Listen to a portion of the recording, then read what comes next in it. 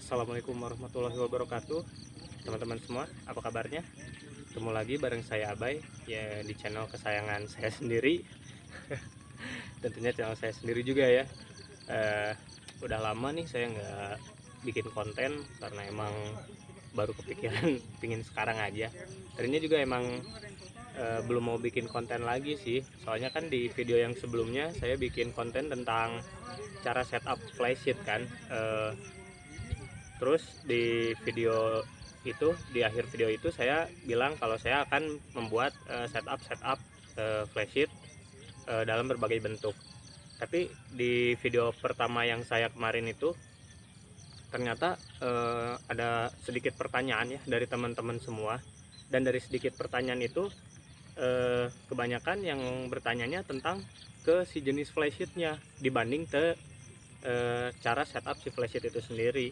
Makanya saya sekarang mau sedikit berbagi tips buat teman-teman biar nggak salah membeli flysheet. Sebelumnya saya sebutin dulu ya.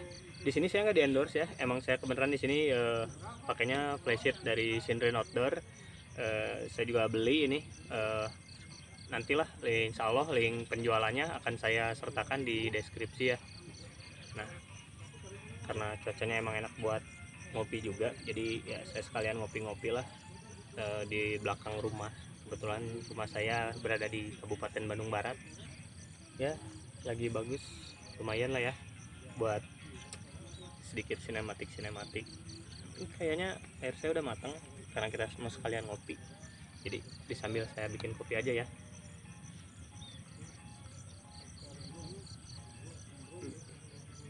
Teman-teman di sini pada suka ngopi.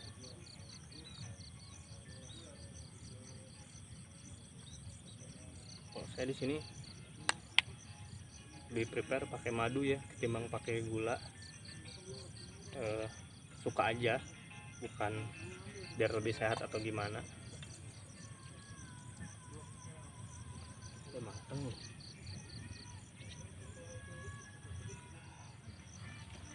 Sepertinya airnya udah matang teman-teman. Ya udah matang. Kita bikin kopi dulu ya. Bismillah.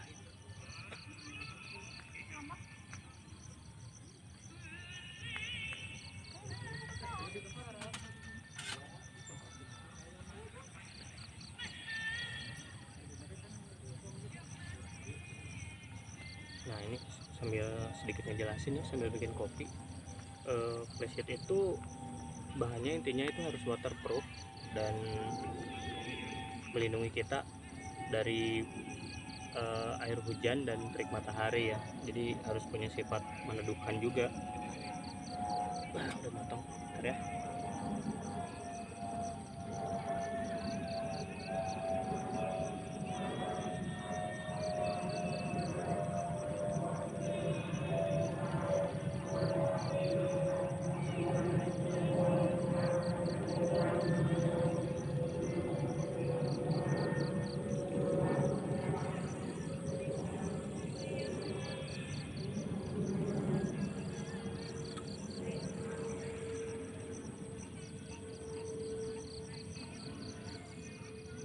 Nah, jadi kebetulan di sini saya menggunakan flysheet dari dua jenis bahan ya.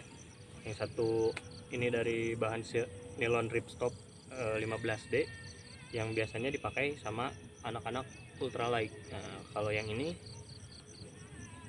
flysheet dengan bahan seal nilon. Nah, ini nih kalau tipe jenis kainnya sendiri saya kurang tahu, soalnya waktu beli kainnya identitas kainnya sendiri itu sudah terpotong karena saya belinya ketengan waktu itu. Nah, jadi gini teman-teman, karena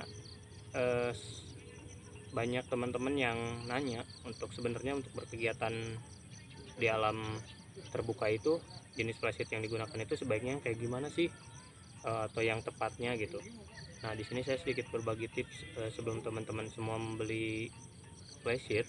Teman-teman yang harus diperhatikan itu ada beberapa ya, ada beberapa faktor seperti misalnya keperluan.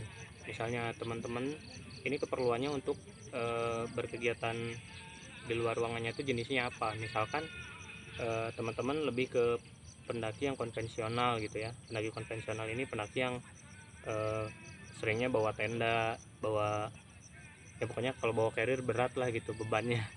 Nah di sini mungkin saya lebih prepare buat teman-teman beli flysheet yang bahan seal nilon. Kenapa seal nilon? Karena seal nilon ini punya ketebalan yang cukup tebal, tapi tidak terlalu tebal dan jadi tidak terlalu berat gitu buat bawa-bawanya. Nah kalau misalkan ada juga teman-teman yang udah berkegiatannya secara ultralight hiking ya. Kalau ultralight hiking itu kan biasanya menitik beratkan kepada beban yang dibawa ya. Jadi ada semacam base weight gitu ya, berat misalkan rata-rata beratnya itu bebannya itu misalkan 5 kilo atau 8 kilo. Nah saya rekomendasiin sih buat teman-teman pakai flysheet dengan bahan nilon ripstop 15D. Karena apa? Karena selain itu bisa memberi perlindungan kita dari panas dan hujan, itu pun juga bisa meringankan beban kita. Karena bisa dibayangin aja ya, satu flysheet ini dengan size 3x4 meter dibanding dengan yang seal nilon ini dengan ukuran 3x3 meter, beratnya itu masih berat yang seal nilon ini.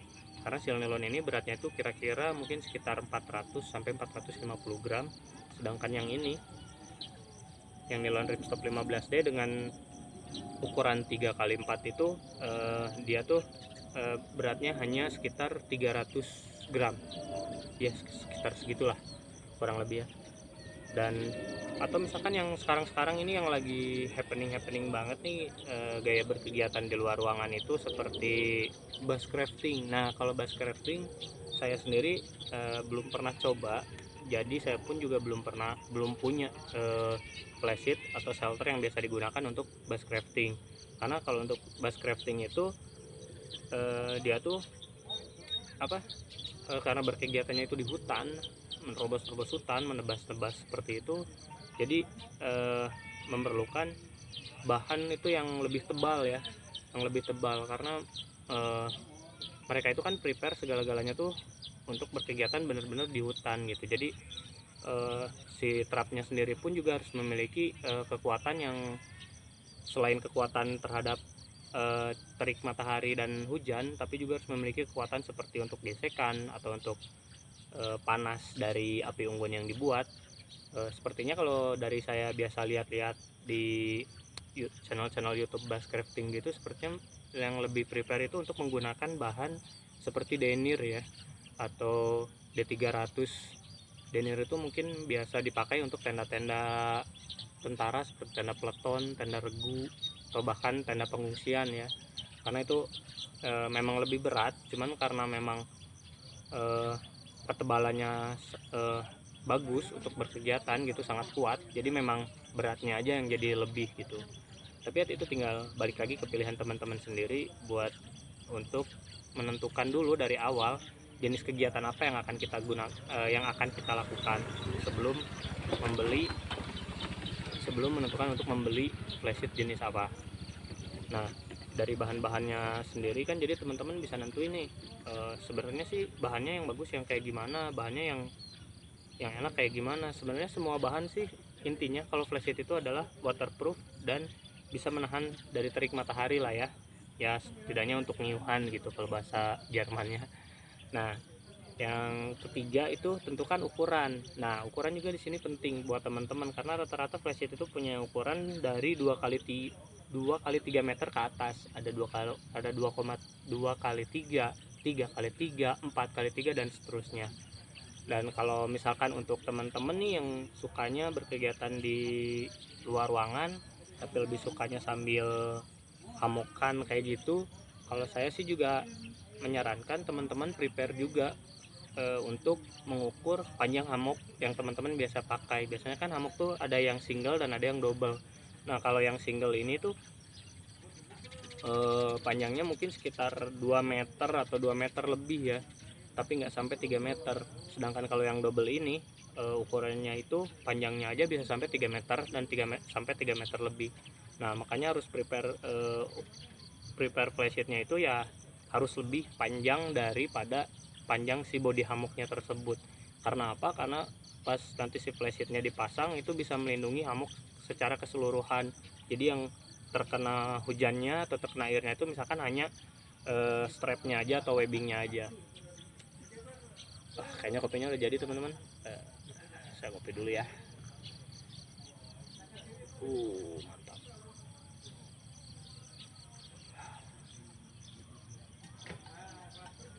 Teman-teman sini pada suka ngopi juga nggak? Kalau teman-teman di sini pada suka ngopi, bisalah komen nanti di bawah postingan ini kapan gitu kita bisa ngopi bareng, biar nanti kopinya saya yang bawa.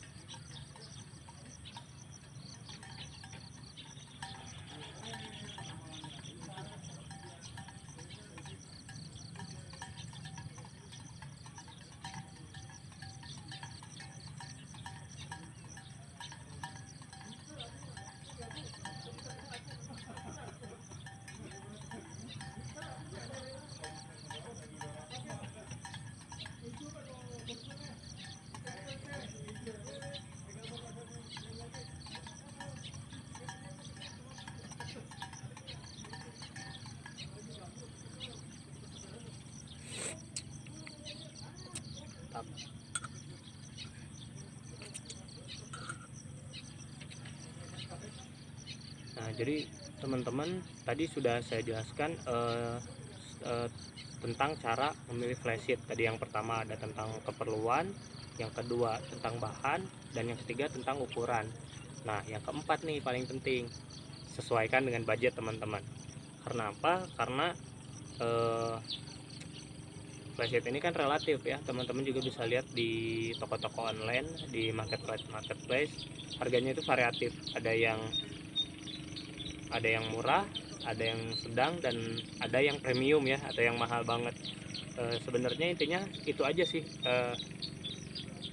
sesuaikan dengan keperluan, terus pilih bahan yang sesuai dengan keperluan dan kebutuhan juga, dan terus ukuran. Nah, kalau untuk budgeting ini kan relatif ya, saya hanya menyarankan teman-teman untuk membeli produk lokal dalam negeri. Karena apa? Karena itu bisa membantu teman-teman kita juga agar usahanya lebih berkembang. Dan kalau dari segi harga ini sebenarnya teman-teman bisa menyesuaikan, sekali lagi bisa menyesuaikan dengan kebutuhan ya. Karena balik lagi, flysheet murah bukan berarti flysheet itu jelek, atau flysheet itu mahal bukan berarti flysheet itu bagus. Tapi balik lagi, sama 3 faktor tadi yang di atas, yang ke-1 keperluan kebutuhan, kedua bahan, ketiga ukuran. Jadi teman-teman tinggal pilih aja dan disesuaikan aja dengan budget teman-teman masing-masing.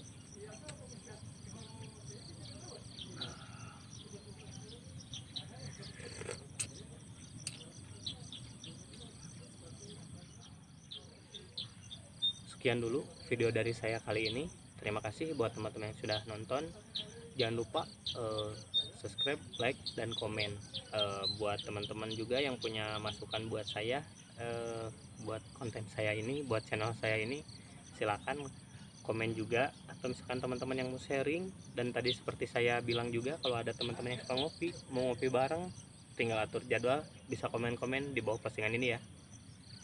Saya ngopi dulu ya. Assalamualaikum, dadah.